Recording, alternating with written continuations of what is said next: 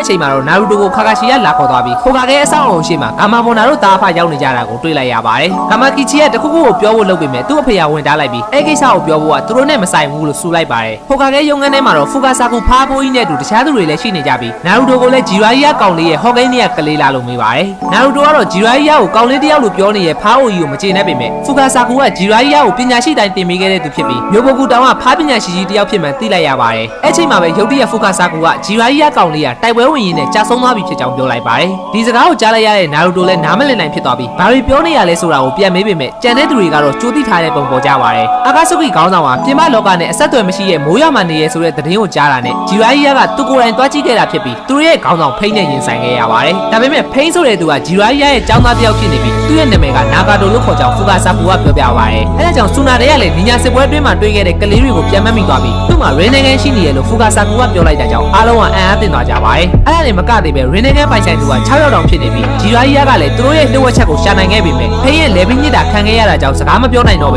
သူ့ရဲ့အမှားစကားကိုနောက်ကျောမှာရေးထားခဲ့တဲ့အကြောင်းပြောပြလိုက်ပါတယ်နာရူတိုကတော့အဲ့နေရာကိုအဖွားလေးလွတ်လိုက်တာမလားလို့ဆူနာတဲကိုမေးနေရကြောင်းဆူနာတဲကလည်းဟုတ်တယ်လို့ပဲပြန်ပြောလိုက်ပါတယ်သူ့ဆရာကိုဘာလို့အဲ့လိုအနေအများတဲ့နေရာကိုတယောက်တည်းလွတ်ဖို့မစင်မချင်းဆုံးဖြတ်လိုက်တာလဲလို့မေးနေရင်လည်းပောက်ကွဲနေပေမဲ့ခါကာရှီကတော့ဟိုကာကဲရဲ့ခန်းစားချက်တွေကိုလည်းနာရူတိုကအားလုံးထပ်ပို့ပြီးအခုချိန်မှာနားလည်တဲ့အကြောင်းပြောရင်းဝင်လာပါတယ်ခန်းစားချက်တွေပြည့်နေနေတဲ့နာရူတိုကလည်းဆူနာတဲရှိရလှည့်ထွက်လာခဲ့ပြီးနှံဦးဆရာကြီးက9ရောက်မြောက်ဟိုကာကဲဖြစ်ခဲ့မယ်ဆိုရင်အဖွားလေးဆူနာတဲကိုအဲ့လိုစွန့်စားရတာမျိုးတွေဘယ်တော့မှလောက်ခိုင်းမှမဟုတ်ဘူးလို့ပြောရင်ထွက်သွားပါတယ်ဆာကူရာကတားဖို့ကြိုးစားပေမဲ့လည်းဆူနာတဲကလွတ်ထားလိုက်ပါလို့ပြောလိုက်ပြီးဖူကာဆာကူကတော့နာရူတိုကဂျီရာကြီးရဲ့ဟော့ကိန်းနဲ့ကလေးဖြစ်ပါစေလို့ပဲသူဆူတောင်းတဲ့အကြောင်းပြောလိုက်ပါတယ်နာရူတိုကတော့တယောက်တည်းထွက်လာရင်းနဲ့ဂျီရာကြီးကသူ့ကိုစစ်ခေါ်တိုင်းတင်ပေးခဲ့တဲ့အချိန်တွေဆရာတပည့်နှစ်ယောက်ခရီးထွက်ခဲ့ပုံနဲ့အတူတူဖြစ်တန်းခဲ့ရတဲ့အချိန်တွေနဲ့မေးပြလို့မရတဲ့အမှတ်တရတွေကိုစဉ်းစားရင်ဥတီချက်မရှိတရွေ့ရွေ့ရှောက်လန်းလာခဲ့ပါတယ်ဆူနာတဲကိုယ်တိုင်ကလည်းဂျီရာကြီးကတိတ်ဆုံးသွားပြီဆိုတဲ့သတင်းကိုဒီနေ့မှသိလိုက်ရတာကြောင့်သူတို့တွေပြောခဲ့ကြတဲ့စကားတွေကိုပြန်သတိရနေပေမဲ့လည်းရွာကိုကာကွယ်ရမယ့်ဖူကာကဲတယောက်ဖြစ်နေတဲ့အတွက်ခန်းစားချက်တွေကိုမျိုးသိထားပြီးဖူကာဆာကူနဲ့စကားဆက်ပြောနေပါတယ်ဖူကာဆာကူကမိုးရမှာဂျီရာကြီးကဖမ်းခဲ့တဲ့နေညာတယောက်ကိုထည့်ထားတဲ့ဖားနဲ့တူဖိန်းတယောက်ရဲ့ခန္ဓာကိုယ်ပါရအောင်ယူလာနိုင်ခဲ့တဲ့အကြောင်းပြောရင်ထုတ်ပေးလိုက်ပါတယ်နာရူတိုအတွက်တော့ဘယ်နေရာကိုပဲခြေဦးတက်ရသွားသူ့ဆရာနဲ့ပတ်သက်တဲ့အမှတ်တရတွေကိုပဲပြန်တွေ့နေရပြီးတစ်ဖက်မှာလည်းဆူနာတဲ့ရရင်းနိုင်ငံပါတဲ့ဖိန်းတယောက်ရဲ့အလောင်းကိုတခွဲကန်းစီယူသွားပြီးစမ်းသပ်ဖို့လုပ်ကြပါတယ်၃နှစ်ဆိုတဲ့အချိန်ခဏလေးအတွင်းမှာလေ့ကျင့်ရေးဆိုတဲ့ခေါင်းစဉ်နဲ့ခရီးတူတူထွက်ခဲ့ကြပြီးတဲ့နောက်သူ့ကိုတစားတစားတရက်တန်မာလာအောင်လေ့ကျင့်ပေးခဲ့ရင်းနဲ့ဆရာတပည့်တယောက်ရဲ့တန်ရောစင်ကပို့ပြီးအမြင့်တွေ့လာခဲ့ပါတယ်